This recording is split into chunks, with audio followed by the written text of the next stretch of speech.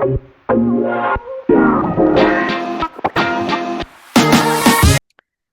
everyone, welcome back to another episode of the Data Dojo. I have today with me Aditya Sharma, who is the CEO and the visionary behind Hicounselor, a platform empowering professionals, particularly in tech and data science, to navigate like career transition with confidence.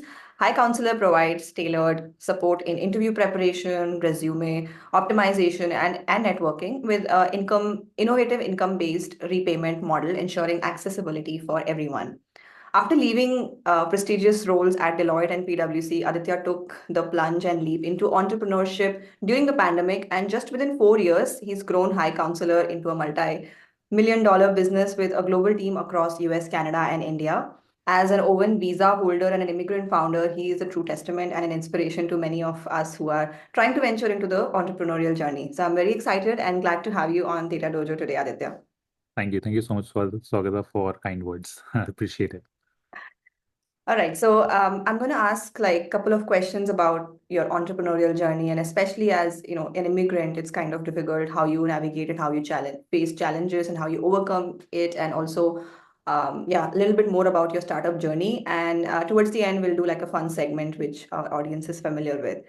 So my first question for you is just want to know a little bit more about your decision, and you can brief us about your work at PwC and Deloitte, and then walk us a little bit through what made you decide like I'm done with a 9 to 5 and I want to build something on my own, especially when you're working with like a very prestigious company in the US and have a stable job. It takes a lot of risk taking appetite for it. So yeah, what motivated you?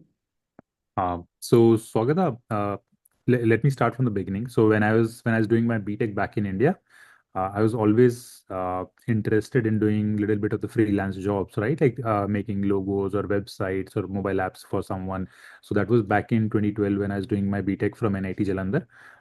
So the knack for entrepreneurship was there, but at that time, I had no understanding or idea about okay, what is it like to build a company, raising VC funds? I had no idea about it. I just knew that uh, okay, all these big startups they happen in Silicon Valley, Yeah. so I want to go to US and just build a company over there, right? But I had no idea or anything at that time.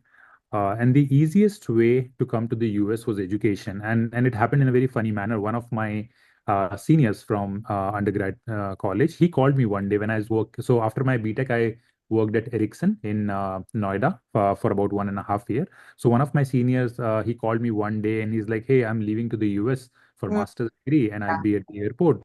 If you want, we can meet." I was like, and then I met him, and I asked him, and he told me about pursuing masters in the US for the first time.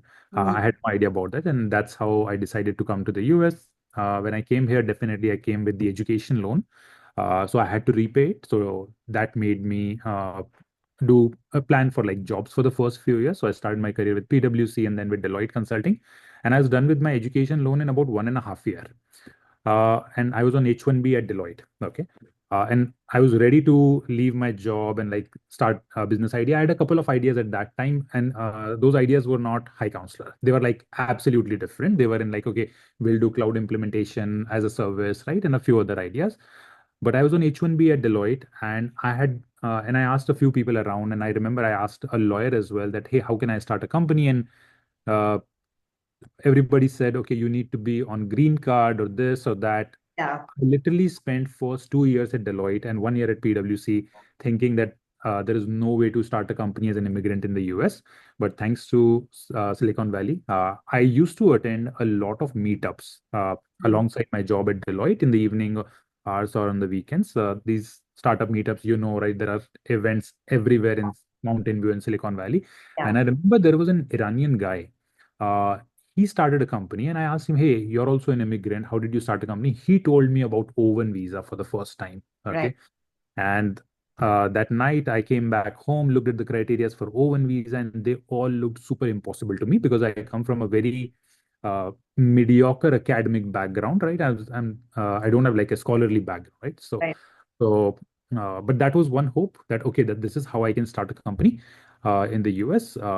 So I started working on my Owen visa for about 6 to 8 months. Mhm. Eventually met the criterias for Owen visa, left my job at Deloitte and started the previous company for which I left my job. Right. And the idea was always there to leave a job. But again, I think working at PwC and Deloitte, it helped me in two ways. First thing, it helped me build my initial network, which and some of those people actually became investor later on in my company. And Okay. second thing, it allowed me to save some funds to Yeah. have a longer runway. I still remember, Swagata, that when I left my job when I graduated from Duke and already worked at PwC for an year, I reached out to one of our professors, and he was head of entrepreneurship division, and I Mm. asked him that, hey, I'm done with my education loan, and I think I should leave my job, this or that. Yeah. And he said, okay, how long can you survive without earning anything if your business doesn't work? I was like, maybe Right. 3 months or so. He's like, Yeah. that's a bad idea. And I think that was a great advice. He said, you need to have at least 2 years of runway in Mm. your bank account so that you can take care of your rent, grocery bills, basic expenses. Right. So I saved for about 2 years of expenses, and that helped me a lot. Yeah, yeah. Yeah, that is a great advice. A lot of people like start immediately and then they realize like, you know. So you mentioned that you looked up the Owen criteria and you felt like it's a little bit overwhelming and you don't meet the criteria. But I know that you eventually got it and went ahead with it. So can you tell us a little bit more about like people who don't know much about it? Like what are the main criteria and how can, especially in the founder journey, like is it easy to get? How can one get started? Yep. No, I think uh, Owen visa is an extremely important visa, not just for entrepreneurs. Okay, by the way, this is again a big misconception which I also had, that Owen visa is only meant for entrepreneurship, people who are in 9 to 5 job at tech companies. It's not meant for them, Mhm. right? But so the first misconception is it's for everyone. Mhm. Second thing that I would recommend, that any immigrant in the United States, even Yeah. if you plan to do a job here for say next 20 years, do not get stuck on H-1B visa because it has hundreds of restrictions, right? As you grow older, you have kids, you'll realize more and more restrictions on it. uh, Learn about Owen visa, and even for your 9 to 5 job, you can get Owen visa. Your life will become way easier. You'll have a lot more flexibility. Let me Mhm. give one very simple example. For example, Swagata, if you have a job in Sunnyvale right now on Right. H-1B, right? You cannot you cannot just move to Los Angeles and start working remote from there because your H-1B is tied to 50 miles or 25 miles of radius. It's Right. something like that. Yes. Okay. Yes. But on O1 visa, there is no restriction like that. Okay. You can Hmm. have your O1 visa in Sunnyvale. You can live in Miami. You can live there. And that's where I have my O1 Ah, visa in Sunnyvale yeah. address. But I've been living in Miami Beach for the last 1 year, right? So Right. that's one benefit. And similarly, there are many other benefits. Employers see you as as a person who can definitely demand way higher salary because the definition is that the visa for people with extraordinary ability in their domain, right? That's what they Right. call. Now let's come back to your question when you said, okay, how can people get in? Is it for entrepreneurs? Okay, so let me give you a high level overview of what is O1 visa. So if anyone is listening about it, so O1 visa, as I said, it is called visa for people with extraordinary ability in their domain. Now, how would USCIS evaluate whether you have extraordinary abilities or not? So they have defined 8 criterias. Hmm. Okay, out Okay. of those 8 criterias, you have to meet only 3 of them, Right. not 8 of them, just three. If Yes. you meet those 3 criterias, you get O1 visa within 15 days. And Wow. by the way, it's not lottery based that you will only get it in like April or October. No, Anytime. any day of the year, you file for O1 visa. If you get the approval, you can switch to any employer. You can work for any employer. That is first thing. Now, the biggest benefit for O1 visa is if you get O1 visa in the next 6 to 9 months, you can apply for EB1A green card. Hmm. That means Yeah. the criteria for EB1A are exactly same as As O1 visa. So if you qualify for O1 visa, 99% you'll qualify for EB1A green card slightly as well. more inflated. Yeah, the bar is a little bit higher, Yeah. right? Yeah. But you will qualify for EB1A and you'll get green card within 2 years compared to 200 years of wait, which is For through the Indians, B yes. route, Yeah. right? So that's something. Now, 8 criteria that are there at a high level for O1 visa is, so you need, if you have received like a nationally or international recognized prize. The second one is if you're a member of like any association, if you have judged work of others, like if you're a startup competition judge, if you have written a research paper or white papers, if you have any news about yourself in any of the major media, Yeah. if Yes. you have received higher salary in the past, right?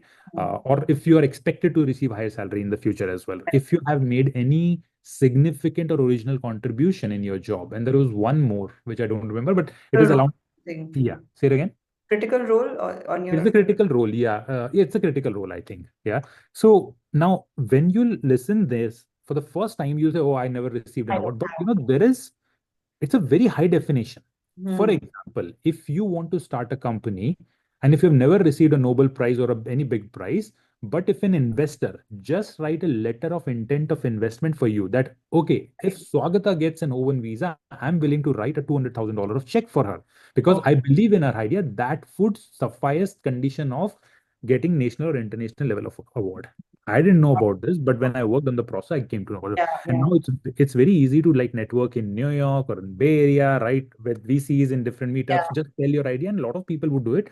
That's how one investor gave me the letter of intent of investment. That's how I met that criteria, right? Wow. Yeah. Similarly, everyone, Mm. right? In my understanding, it's a hard work of like 6 months, 6 to 9 months. Yeah. Everyone can meet at least 6 out of 8 criterias Mm. absolutely without fail. And I've been training people for Yeah. that, right? Yeah. Yeah. So definitely go for own visa, no matter whether you want to do a job, whether you want to start a company, it will make your life way easier in the US. Yeah, yeah, yeah. Yeah, I know that it seems overwhelming, but when you like dive deep into it and you see like, Yep. oh, I already have these things as part of my like Hmm. many of us have done peer reviews or wrote book chapters and all, which we don't even realize. Or even I think within your organization, if you receive an award, which many of us do, Yep. that's also counted. Yeah, Yep. so yeah, that's fair. Now switching gears, let's get back to your company, High Counselor, and I know we briefly talked about in the introduction that it helps people get into jobs and transition jobs, interview preparation, primarily focusing on tech and data science role. So tell us more about like what made you decide to choose this particular area. Maybe you saw some gaps in your career, or you felt like people need more help in this. And yeah, tell us more about High Counselor and what's next for High Counselor.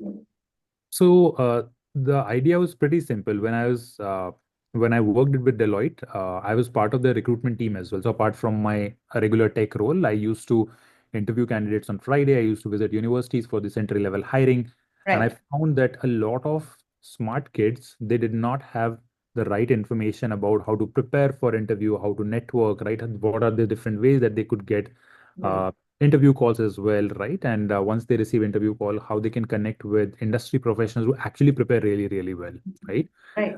So with that idea, we started High Counselor, and our thought process was that okay, we could cater 2 or 3 major categories, mostly which immigrants target, like software engineering role, data science, or product management. So that's where we started. And it's been 4 years. We have helped about 800 plus candidates land a job in the US, so which is a great satisfaction. And in the last 4 years, we also learned that the difference between a candidate who easily got a job or got a job compared to someone who did not land a job was primarily having hands-on work experience, right? Yes. Candidates who had great internship, candidates who had done great projects, they landed way more interview calls. They were way more confident in the interview processes, right? So the vision that we see for High Counselor from this point is to provide more hands-on experience to entry to mid-level category of candidates, not just in the United States, but across the globe. And that's where we launched another arm of our platform, which is called Project 101.ai, in Mm. which we have built 100 plus real world data science and software engineering projects, and we are getting users from almost 28 countries at the moment. Wow. Uh, and every time we see that there is a very specific need of it, and you may know, Swagata, it's not super easy to get an internship. And I've Right. met countless candidates, like students who graduated like a few months ago. They never got a chance to do an internship Yeah. during their entire bachelor's or master's degree, right? So if you don't get a chance to do an on-site internship, I think it's super important that you get some exposure to real world industry level projects so that you can at least build your portfolio, stand out, become more confident. So that's where we are now. Absolutely. And then the way you have structured it, like working with like real industry data scientists or software engineers, creating a personalized, like creating a really good project which gives them like really good hands-on and at the same time getting feedback from people with industry experience. So that's a great way of people, just graduating to learn more from actual experts. So that's a great way of, putting it out together. Yep. Um, One more question is that you mentioned that it's kind of starting a company, especially in this field. I'm curious about how you navigate different kind of like, let's say there is a fan company versus like a mid-sized company versus startups.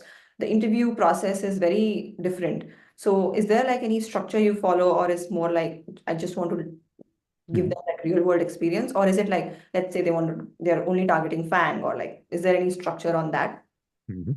So, if I have to help someone land a job in the US, and then that person come and says that I only want to land a job at FANG companies, I would never pick that candidate and would never work with that candidate. Reason being, no matter how hard you prepare, nobody can guarantee that, okay, you will certainly land a job at Google, right? So that's, and I don't think that's the right criteria as well, because there was a time when uh, these companies had these special advantages, like you will never get laid off. But in the recent times, we have all seen that people are getting laid off from anywhere and everywhere. So I think the focus of everyone should be to get a good job where there are good growth opportunities, right? And probably they're getting decently paid. Right. Uh, but whenever somebody join us, right, our focus is to give them like the top-notch level of preparation, right? Mm. Because if you prepare for Google, you'll anyways crack all other Yeah. companies, Yeah. right? So our focus is always to provide them like the best level of preparation. Now there are some areas where we need to provide like a specific level of training. For example, if somebody has to land a data science role at big four consulting firms or Right. other consulting firms, right? They operate differently because they focus on functional skills as well, right? So that's where we provide them the high level, the top level training. On top of it, we provide them like another level of training for big four consulting firms, right? Because Right. I remember when I graduated from Duke, my specific target was were all these consulting companies, because I knew that first I'll get to travel a lot, right? And second, there will be a lot of clients, so I'll get a lot of exposure. Right. Uh, Everyone who's doing MBA, or a lot of people who are doing MBA, consulting companies are their target, right? Right. So the idea is pretty simple, and I think everyone should focus just on basics, right? Prepare for the best company, and if there is any other left or right things, you Perfect. just do an extra level of preparation. Right, right. Yeah, I agree. That's a pretty good mindset, not being fixated with a company and just give your best. So switching back to the entrepreneurial journey, you mentioned that because of the connections you made at Deloitte, PwC, you were able to get some people who are actually investors, and you've also raised funds from different VCs.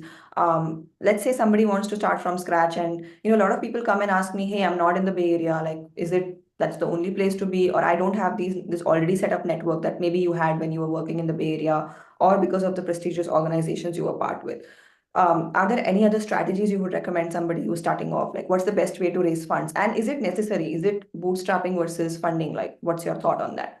Yeah, no, that's a great question. So first thing is that I did not get funding on the day one. Okay, I left my job Yeah. in mid 2019.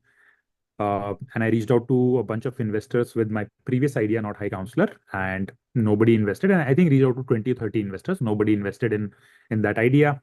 I Mhm. worked on that idea for about a year. It did not work, and we decided to let that idea go in April 2020. Okay. And in April 2020, I had a choice whether I go back to job or whether I come up work on something new. Yeah. And COVID happened exactly at that time. If you Yeah. remember, it was March 2020, right? So I was like, okay, we are all at home, so let's try another idea. And that's when I started with Hicounselor. Okay. And then Mhm. I again reached out to investors, definitely on Zoom or on email. There was no in-person meeting happening in those days. So I reached out to them, to a few investors, and not few at that time. Basically, I clearly remember I reached out to almost 130 or 40 investors in the Bay Area, and Right. I got 65 or 66 meetings on Zoom as well. Okay. And I Wow. got 65 or 66 rejections. People met me and they're like, okay, maybe you're Yeah. too early. I mean, this is a very common term that you would hear when you pitch to investor. I think you're too early. That means they're not interested. As simple as that, right? They don't like your idea. Maybe they're not confident into you or whatever. So after receiving rejections for a few years, I decided to like bootstrap it. Like, let's bootstrap it, or what with whatever savings I had. And I would like to reiterate here advice of my professor, who said have 2 years of runway. So I already lost 1 year Yeah. previously, and now I was in my second year with some savings. So I bootstrapped with some savings that I had. We worked on the idea for 6 to 8 months. And in December 2020, after working for about 8 months on that idea, we were generating about $30,000 revenue on a monthly basis. Mhm. So we reached out to those investors again, same investors, and third investors, third investor that we had meeting on Zoom, he saw our progress, got confidence in us, and he decided to make the first check, right? And he made the investment just 30 minutes after our meeting. We received an email that, hey, we really like your progress, and this is this. We would love to support you, and that's how we got the first check. Okay. Uh, when we received that first check from a VC firm, so we received this first check from Heroic Ventures. When we received this check from them, Yeah. we reached out to other angel investors. Mm. Okay, and those angel investors joined us. Okay, Right. Right. and that's where I reached out to some of my bosses at Deloitte and PwC, and I told them that, hey, I'm working on this idea. I have this much funding from this VC. And because they knew me as well, right? So definitely they didn't want to like spend a lot of time again with me because they already had that trust. They Right. also made smaller investment. They introduced me to other I would say executives in companies like Wipro and State Farm Insurance. So they also made angel investment. And that's how we received, we raised over $2 million in our pre-seed round. The entire timeline for that was about 3 months or so from receiving the first check until the last investment. So definitely relationship at my previous companies helped me out a lot. Mhm. But for anyone who wants to raise fund, I would say the process is pretty simple. Yeah. Uh, Identify people who have invested previously in similar companies, and you can identify this from Crunchbase.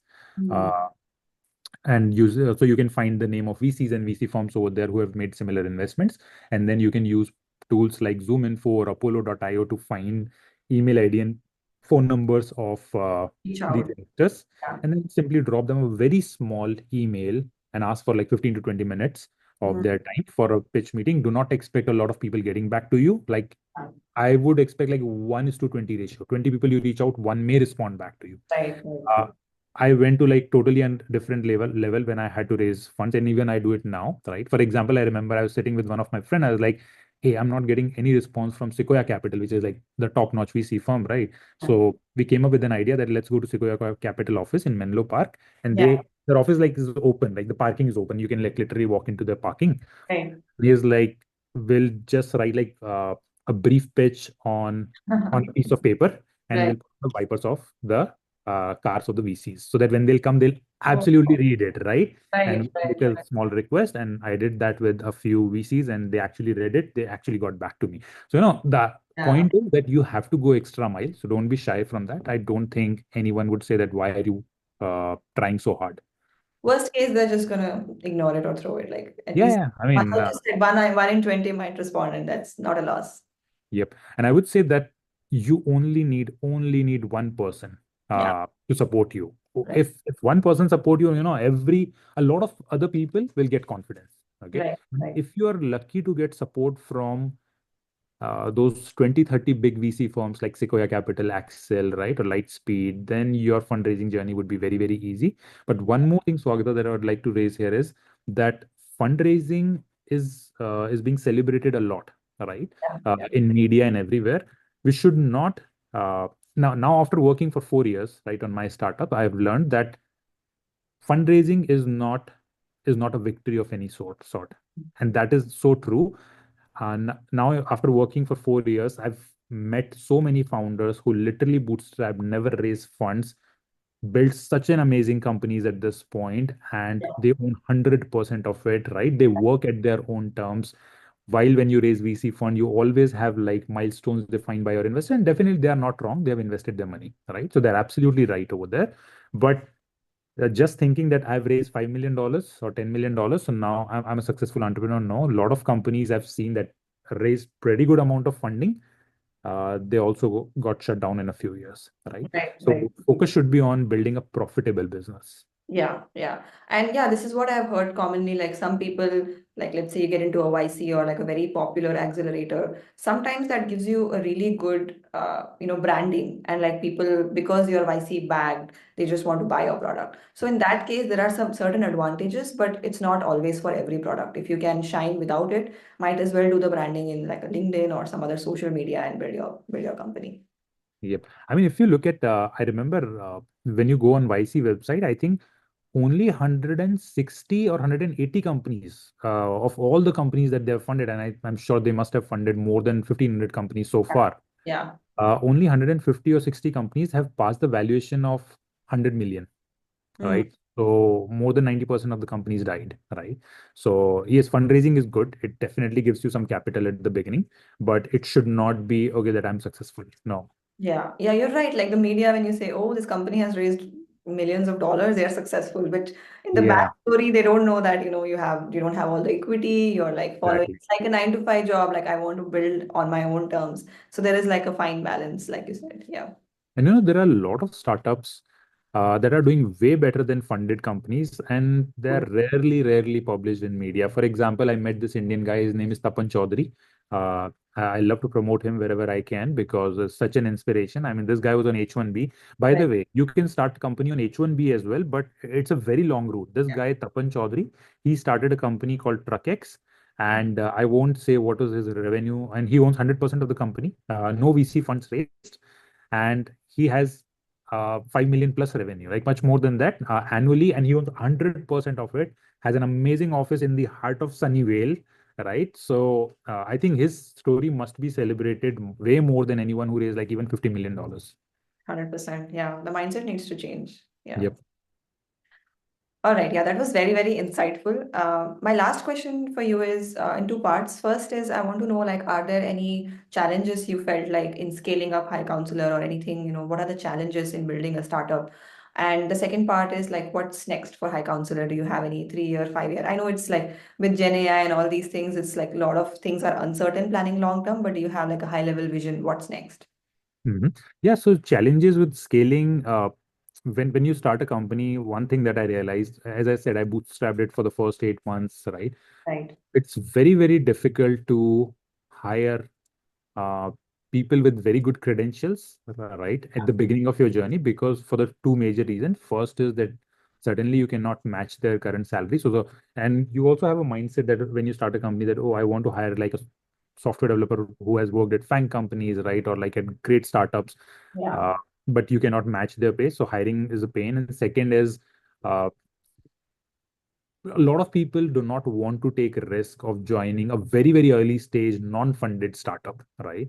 So building a team, that's a real challenge, and that's where I think when you are in 9 to 5 job, start identifying people, right, who want to start company, because that initial if you can build an initial team Yeah. that can do most of the work. For Yeah. example, you have a CTO who can take care of all the tech work. You have a marketing guy who can take care of the marketing, and Yeah. then you have one CEO who's taking care of everything else. So three people can do anything and everything, right? uh, at least, and to get you to a stage where you're generating a good amount of revenue or you raise VC funds. So hiring a team, I think that was the biggest challenge. Yeah. Now, 3 to 5 years for High Counselor. I mean, with the launch of ChatGPT, honestly, I always uh, hesitate to say a 5 year plan because nobody knows what's going to happen tomorrow. But if I say for the next 1 to 2 years, my only focus is to provide real hands-on work experience to people, especially to those who come from either tier 2 or tier 3 level or community colleges or HBCUs in the US. Uh, and this product is scalable to every other country, right? So as I said, now we have users from 28 different countries. So the idea is that we help as many people get more hands-on work experience so that they can deliver real value when they land a job. Yeah. Yeah. Absolutely. Yeah, that's a great plan. I'm looking forward to what next High Counselor comes up with. All right, so those were my main questions. Now let's move on to our fun segment. I'm going to ask you some questions and you can't think too much. Okay. What's the best advice? I think you mentioned it, but what's the best advice you've ever received? Um, Hire slow, fire fast. Nice, I like it. And I always did the opposite. Fire. I used to like fire slow and hire fast, which is a bad idea. What's your go-to productivity hack, if you have any? Uh, do not expect yourself to do everything in a day. Just if you are able to accomplish 3 tasks in a day, that's a win, and be satisfied with that. Quality over quantity. Which book or podcast or any media has had the most profound impact on you? Yeah, so I'm bad at reading books, so I've rarely read any book. But podcast that I love is this Lex Friedman podcast. It's really helpful. Uh, Yeah, I had it took me time to get used to it because I feel like it's a little slow, but now I it's slow, yeah. absolutely love it. Um, do you have any favorite? business tool or app, or I can say AI tool or app these days? I would say I think the ChatGPT, as everybody uses, that's like my personal assistant. But one tool for entrepreneur that I would say, so Microsoft has come up with a Microsoft for Startups program where they provide $150,000 of free Get it? credits to implement ChatGPT. I Mhm. think every entrepreneur should apply for that. We applied, we got it. So, and we are saving $7,000 our monthly expense out of that $150,000 of credit. Awesome. Everybody should apply for it. If you don't get that, go for AWS startup program. They provide you $25,000 of credit. Wow. Okay, awesome. Thanks for sharing that. Biggest cultural difference you've noticed between India and the US? There is no concept of going to people home after 5 or 6 p.m. and just for a regular chit chat rather Oh, than nice. rather than every meeting is like, oh, let's meet in a bar or a restaurant or like in a very formal setting, which doesn't work, at least for me. Yeah, I love that actually. Owen visa approval in 5 days. What was the first thing you did after getting the approval? Oh, I was super happy. I remember my parents were visiting me at that time, right? And I showed them, and we went for a very small party, just like a dinner. I like, okay, now I'm leaving Deloitte, right? The very next day. Nice, very nice.